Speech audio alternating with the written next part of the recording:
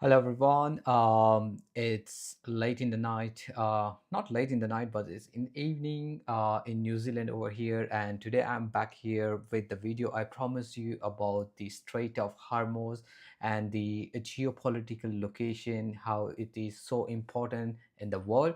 We are gonna quickly do this video, but before that, we are in New Zealand and the weather is pretty bad. I can hear the wind is going crazy, and let me quickly show you the weather forecast. So the temperature is can go up as low as 14. I'm sure it's going to go below that because they are not right all the time, and I feel really cold. This is my most comfy jacket today I'm wearing. I've been having this for so many years now, and I bought it from warehouse in New Zealand. If you don't know where is warehouse, if you're watching it from overseas, google it and you will find out what is warehouse in New Zealand. Now look at the forecast. Today and tomorrow it's gonna be bad rain and it's very windy. What does that means for all the facilities manager in New Zealand? Get ready for tomorrow because your buildings, you have to go for a walkthrough and check it out. Now without wasting any time, I have prepared a presentation on canal of Strait of Hormuz, and here is my presentation. What I'm gonna do is also I'm gonna to open my Google page, and then we're gonna go quickly do our research on the Google. So if you are ready to join me on a little bit of exploration and a little bit of analysis on the Strait of Hormuz and its importance in the world, we also have ChatGPT, my best friend. So we can ask a lot of questions to ChatGPT. So what I have over here is, let's start the presentation. So today we are talking about the Strait of Hormuz, and as you can see, it's lying right around Iran, Kuwait, Bahrain, Qatar, UAE, Oman. And as you know that these Gulf countries are the main suppliers of oil. So they're the one who supply oil to a lot of different countries. So let's ask ChatGPT, what are the countries does the oil trade with these countries? So let's go on to ChatGPT. Hey, can you please tell me countries like Kuwait, Bahrain, Qatar, UAE, Oman, and Iran, whom which countries does this do the trade with? Can you especially oil trade? So my voice is here and it's just getting converted to text as usual.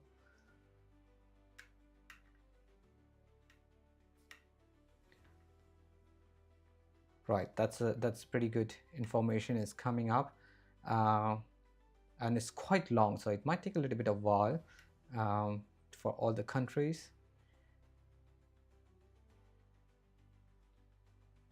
Right, so let's listen to what ChatGPT has to say about it. Now, well, looks like ChatGPT run into some trouble with the weather, I guess, because of the weather. The internet is not very good. Let's do a short summary, and I can read out the summary for you. Can you do a short summary for these countries? And so, like, it needs to be very short so I can read it out because you're not able to read it. And let's see what short summary does ChatGPT has to give. I really don't want to read it. Hopefully ChatGPT can go and read it for me. I'll give it a try. Okay, now there's something wrong with ChatGPT and it cannot read. So I'm gonna help ChatGPT because ChatGPT is my friend and I am ChatGPT's friend. So let's do that. So Kuwait mainly exports oil to China, India, Japan, and South Korea. Most of its oil goes to Asia. Bahrain imports crude from Saudi Arabia, refines it, and exports it to India and Singapore. So basically, as you can see, I've done a little bit of presentation, try to give you a little bit of animation feel because nowadays everyone likes to make animated videos. So there you go, I can do it. Just want to show. So this is where the Strait of Hormuz is, and this is how it gets traded with different countries, especially India. As you see, its trade goes into into India. As soon as you're coming out, just imagine that arrow is a boat and can straight go to India. So you can see how how convenient the trade would be with India. Now, Qatar is a gas giant sending LNG to Japan, South Korea, China, and Europe. The UAE exports oil to India, China, Japan, and parts of Europe and also sells refined products. Oman top oil buyer is China, followed by India and Japan. Iran, under sanctions, sell most of its oil secretly to China and through indirect routes. Now, to add on, it's also what I have done my research to found it Iran does its oil trade with China and also Russia. So obviously, if anything goes wrong, and if let's say with all the news that we hear about US trying to do all the things, and I don't want to go into all the politics because you know what it is. We are talking about the geopolitical issues, and we're talking about how it can affect the world in terms of trade. So, well, if the trade of China and Russia is disturbed, they don't want to do it, and they might want to support Iran so that Iran can keep supplying them the required oil and other trades. Now, also there are things that goes back um, to Iran and other countries as well from India. Let's see what ChatGPT has to say. What are the things that India exports to these Gulf countries? Could you please, in a very short summary, tell me what are the products that India export to these Gulf countries?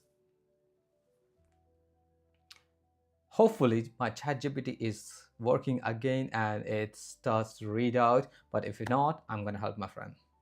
Say, no matter how fast AI can be, it needs my help, it needs your help. So yes, we are still the smartest. Right, so India mainly. Now let me see if I can read. Okay, come on, can you do that? Right now it can't do it, it's not able to do it. That's all right, no problem. So India mainly exports rice, meat, spices, textiles, chemicals, machinery, jewelry, and pharmaceuticals to these countries. That's a lot. The UAE is the top partner importing gold, gems, food items, and engineering goods. Saudi Arabia, Kuwait, Oman, and Qatar buy a lot of food, construction materials, and medicines. Iran used to import rice, tea, and farmer products, but trade has reduced due to sanctions. Okay, all right. So India is following sanctions that's been imposed on Iran. Fair enough. So oil and petroleums, as we said, natural gas that goes through that, and then it gets in food and agricultural products, machinery and electronics, and yes. So let's see. Um, so you, as I wanted to explain it to you, you see the 33 to 60 kilometers. So that's the distance between that Strait of Hormuz, which is basically under the control of Iran. So you see, it's a very short distance for them to get a control, the complete control on that area. So what does happens is, let's say if Iran tries to put in, for example, two ships, like two military ships around there, they can very easily control the trade over there. And if the trade is being controlled over there, it's gonna affect everywhere. Now the question is, why the other countries, like we were talking about Kuwait, Oman, Saudi Arabia, they don't use the other route, which is, as you can see in the animation, it's going to at the bottom, and then it can go, but it's you can see it's a little bit longer. Apart from that, the other thing is, you see, I'll go back a little bit and I'll show you. So what's happening over here is the distance from the Hormuz Canal and the one that's in the that back of the countries is, they don't have a developed pipeline, and because of that, they lack the infrastructure. Because they're lacking the infrastructure, they are not able to efficiently export their oil out. Now, as you can see, this Malacca Canal is one of the places where, after India, if it has to go to China, like any of the oil products or any of the uh, items that needs to go to China, it has to go through that place.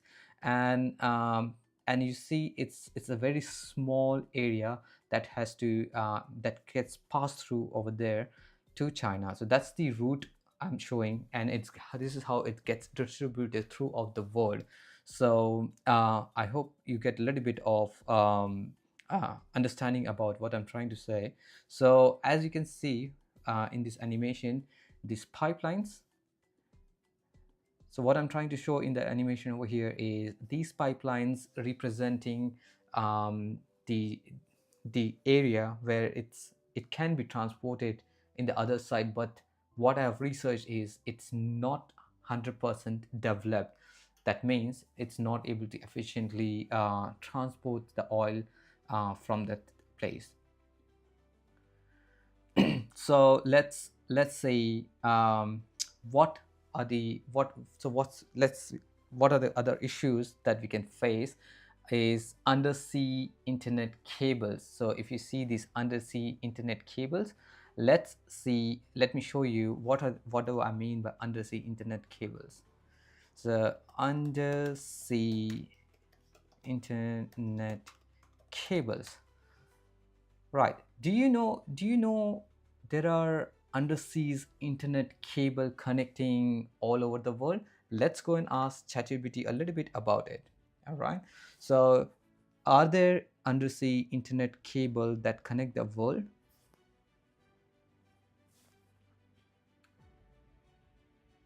So it says, yes, absolutely. The world is connected by a vast network of undersea internet cables that run along the ocean floors.